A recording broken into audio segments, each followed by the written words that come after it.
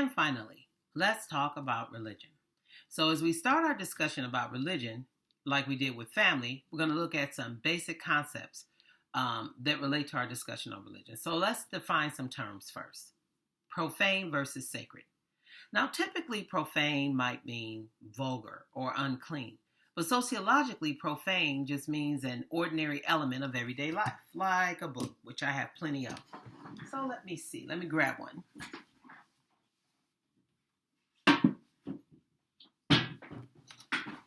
I'm a bibliophile. I love books, and I got a big old bookcase over here full of books. So this is just a profane object. It's an element of everyday life. It's just a book. Right? Then there's sacred. Sacred is something that's set apart as extraordinary, inspiring awe, meaning amazement, and reverence, deep respect. Now you see the way I just casually threw this book over my shoulder because it's a profane object? What if it was a religious text? What if it was the Bible, the Torah, or the Quran? Then it would have been a sacred book. And a book like that, I personally would never treat that way. So when it is a sacred object, we treat it differently, very differently than we would something that we see as ordinary or profane. And then there's religion. Sociologically, this is the way we define religion. It is a social institution involving beliefs and practices based on that is viewed as sacred. So the things that we view as sacred, we have rituals and practices that we devote to that. And oftentimes, most religions have at its center a belief in a creator. And then there is faith. Now, faith is belief based on conviction, a deeply held belief, rather than scientific evidence. So if you're trying to convince someone, for instance, who believes in God, and that belief in God or a higher being is based on faith, you really can't convince them that God doesn't exist based on scientific evidence, because for them, the two realms are very different. They don't need scientific evidence. They don't need tangible, empirical evidence to believe in an existence of God, and vice versa. If someone eschews or rejects a belief in a creator based on science, then it's very hard to convince them through, for instance, biblical scriptures or being faith-based, because science and faith are oftentimes two separate things. Now, I'm going to move over to the next slide so we can just have one video that will cover two slides. Let's apply theory to religion. And this is our last slide.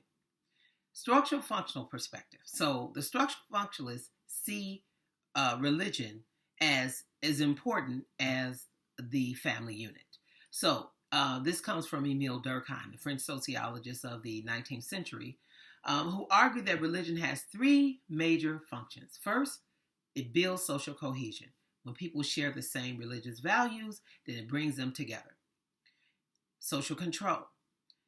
We regulate our thoughts, our beliefs, the way we act, and what we do based on our religious beliefs. So religion is a great way to control people, because there are some things people simply won't do because it goes against their religion.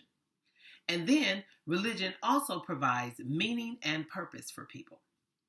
And then there's symbolic interaction perspective. Let's move to the next theory. Symbolic interaction perspective sees religion, as they do almost everything else, as a social construction. So when they think of religion, and religions, many of them being different, but in some cases similar, as different paths that lead to the Creator. So the Buddhists have their path, the Muslims have their path, Christians have their path, and people that are Jewish have their own path to their Creator. And they tend to examine the rituals that people engage in as part of their religious beliefs.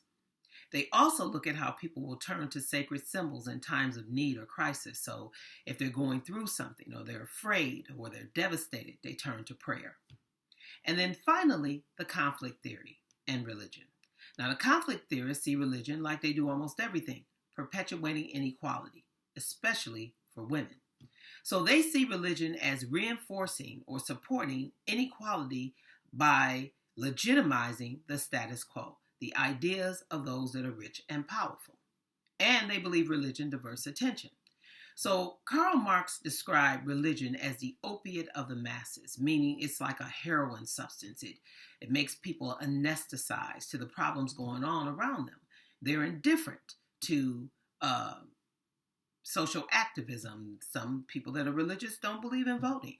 So as a result of that, they don't tend to get involved in fighting against or resisting oppression. And he called it the opiate of the masses because it dulls people's response to social injustice. And then finally, they see religion as reinforcing gender inequality. In most religions, women are considered subordinate to men. And that concludes the lecture on family and religion. There is no quiz after this lecture, so we have one more lecture, and that will be the end of the semester. Everybody take care and stay safe.